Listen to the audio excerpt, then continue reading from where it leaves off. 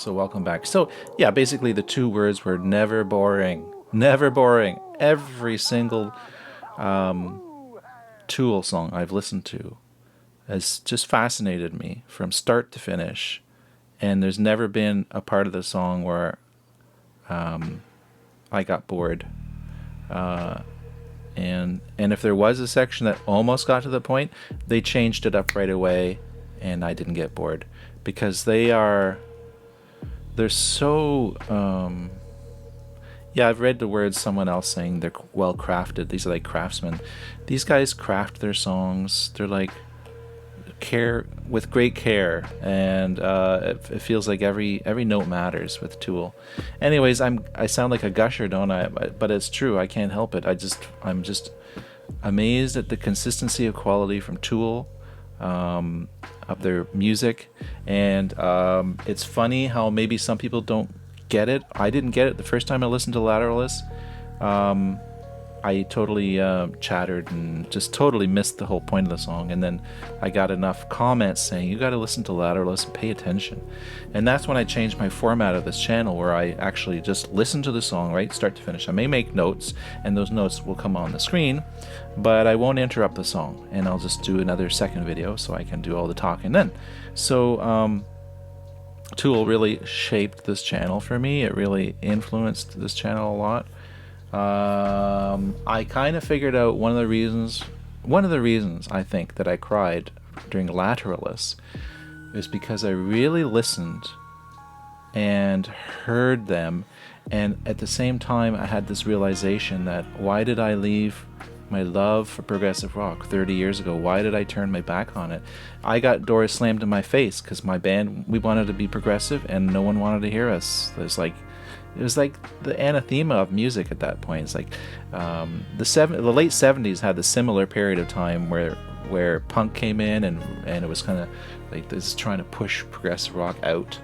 And then the 80s was it was a weird decade, very weird decade for music. There was a lot of good stuff, but it was a kind of a transitional decade, I would say. And then in the 90s, grunge happened, which to me is, in a sense, 70s coming back again in a different way, in a kind of more and like grunge was kind of, I would say grunge was a little bit kind of like a cousin to progressive music, and it seemed naturally that Tool kind of emerged in kind of a metal sound, and King Crimson, I think they were influenced by King Crimson.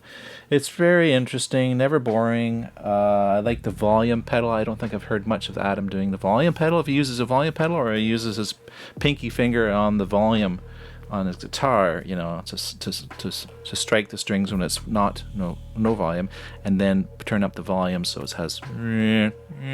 I liked that. This whole track was a little bit experimental, I would say. The bass sounded wonderful. The bass playing reminded me right at the very end there of Michael Manring. I'm sure any bass player knows Michael Manring. This guy is he kind of came out as a kind of a new age. He was on that new age label, with Pat Metheny and all those guys. I forget what it's called. So that was a whole movement of music in the 80s. This 80s was a great decade for progressive, or maybe not progressive. You could say it was, well, progressive jazz in a sense of fusion jazz. That's why I like fusion jazz. It's kind of progressive. And I've said Tool before. Tool is kind of like a fusion jazz version of a metal band, because the way they structure their songs is very. There's some similarity, I would say, to progressive or to fusion jazz. And I know from experience, because I was in this fusion jazz band for 3 years, instrumental. We played a couple of jazz festivals. We played a lot of live shows, and we did Pat Metheny covers as well as our own original fusion stuff. We were called NFuse, by the way, NFUZE. You could find it on YouTube if you want to check that out. So this was kind of like, a deep track on an album, not a track that you're going to hear all the time, because it's more, it gets overshadowed by some of the other monumental pieces that Tool tends to compose and write. I was just realizing too, the art, I should say, the really perfect marriage, a symmetry between how they sound and what the art looks like. And there's lots of bands that have shown the importance of art, like for example Pink Floyd. The iconic Prism with the light going through it on Dark Side of the Moon. Yes, and they're floating apple cores, pieces of land and stuff. All these really fantastical album covers. And then you've got Rush is really good, strong in their album covers. And there's probably lots of others too, as I discovered a lot of these progressive bands probably do that too. Tool is no exception. They have a perfect symmetry, I find, between their the images they have in their graphics and their album covers and stuff, and then their music. I think it's really well done, and that can't be easy to do. I mean, and not cheap either too. You don't want to cheap out and just like hire a Fiverr to do your album cover for $5 or something, some guy in Indonesia or whatever, unless he's a fantastic talent that you know ahead of time. But yeah, it just shows you how important the graphics are, and Tool has really nailed that too. They've just done, they're the whole package. I'm gushing again, sorry.